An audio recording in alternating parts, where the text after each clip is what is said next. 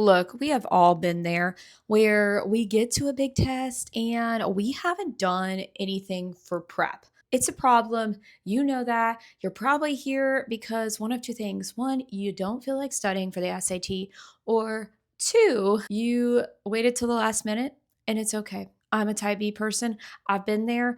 But what I'm going to give you today is I tutor SAT prep all the time. I own Niceville Tutoring. This is why this channel is called Niceville Tutoring, because I'm in Niceville, Florida. And we're going to go over today actually ways you can improve your SAT score without studying. Is studying better? Well, duh. But at the same time, you can make a lot of easy points by kind of just doing these items. So very first, number one, and it sounds really silly, is use a computer that you know how to use. I've seen so many kids run into issues where they're using a Chromebook they have never touched before, or they're using, even worse, an iPad that moves really, really slow. And that's just an issue. And it's because you don't need to add more variables to test day when you already have a lot going on.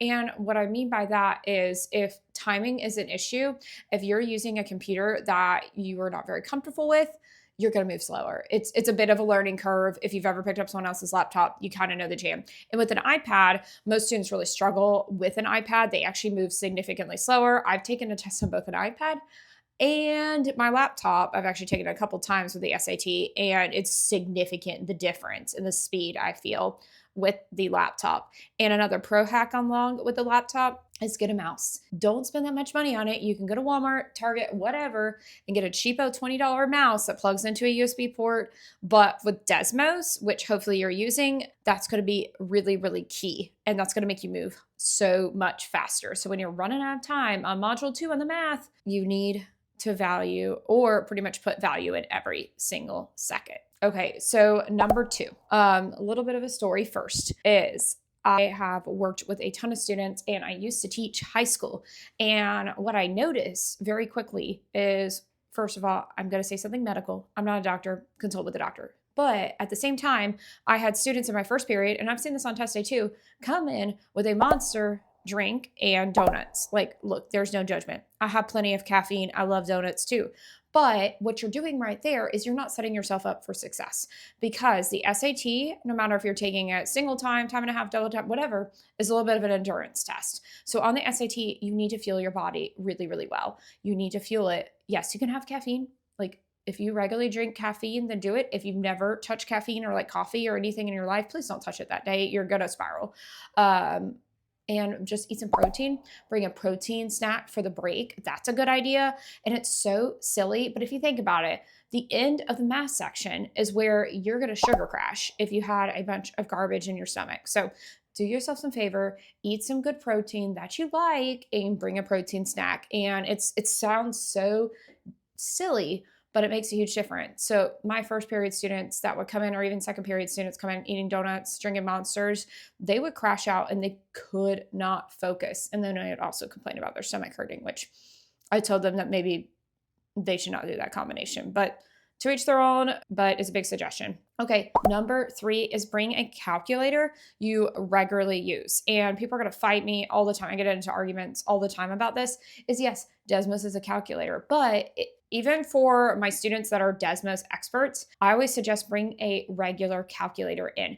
If you're using your graphing calculator, great, bring that in. If you've never touched a graphing calculator in your life, then bring a scientific in. Bring something in, because there is certain math things that are so much better and you're so much faster, because that's one of the games is speed. When you type stuff in into a calculator, yes, Desmos is helpful. Please learn Desmos, but at the same time, calculators, absolutely. Tape it to your head, whatever it takes. Please bring a calculator.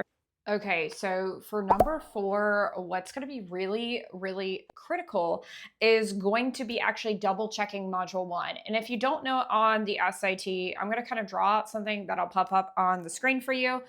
So on the SAT, it's adaptive. And so what that means, when you start the ELA section, you'll kind of go on I would say like a mid or medium module 1.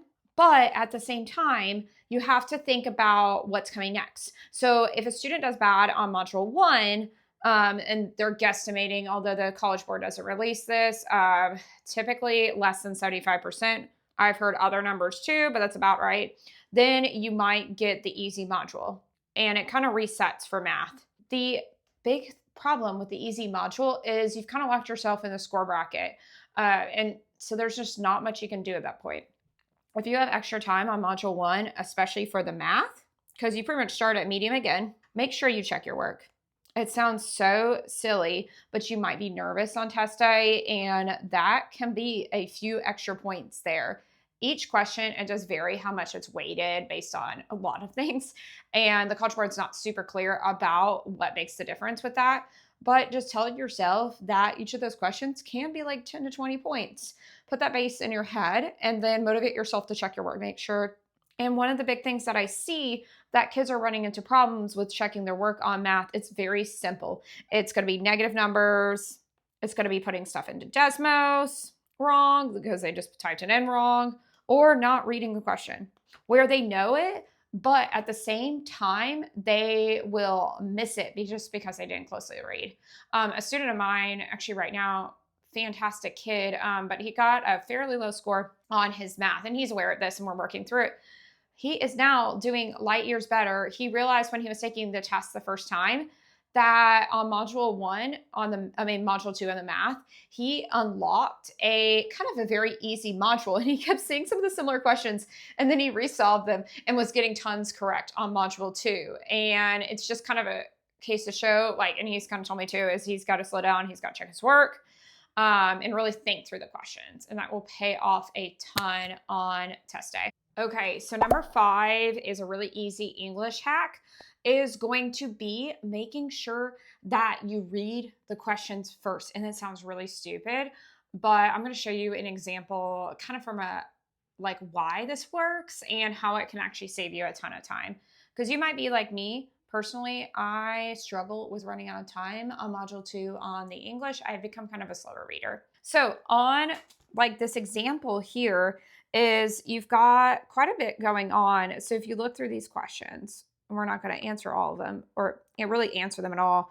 So what it's going into on 11 is it's talking about, according to the text, what is the surprising to the scientists studying the seismic activity data from NASA's InSight lander. So instead of like reading this passage straight down, the best way to kind of handle this is to pretty much pick and choose what it's asking for to quicker answer the question. And that kind of speeds you up too. There's a lot of questions that say main idea and main purpose, which are actually completely different. Another kind of example is like number 12, according to the text, what do some historians suggest about Maya civilization? And all you're looking for is historians and pretty much what they suggest. So what students normally do is they'll start at the top, they'll read down, and then they get to the question, and they're like, I have no memory of that. And honestly, if I do it that way, I have no memory of what I just read. So what you have to do is you really have to like train your brain, because you're going through so many questions, what to exactly look for. So you, 1, you don't waste time, and 2, improve your accuracy.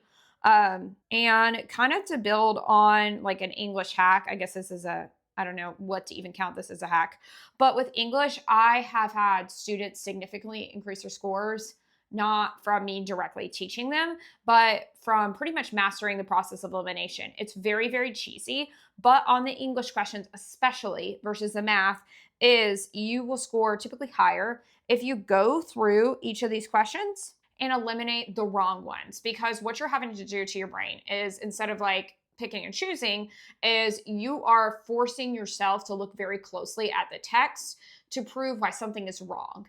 That is more likely to read kind of just push you to the correct answer. And like the third English, I say tip, is typically there's 2 options that are like way off base. Try to remove those first. If you're really, really stuck, then at least you got a 50-50 shot. So hopefully the English section goes well for you.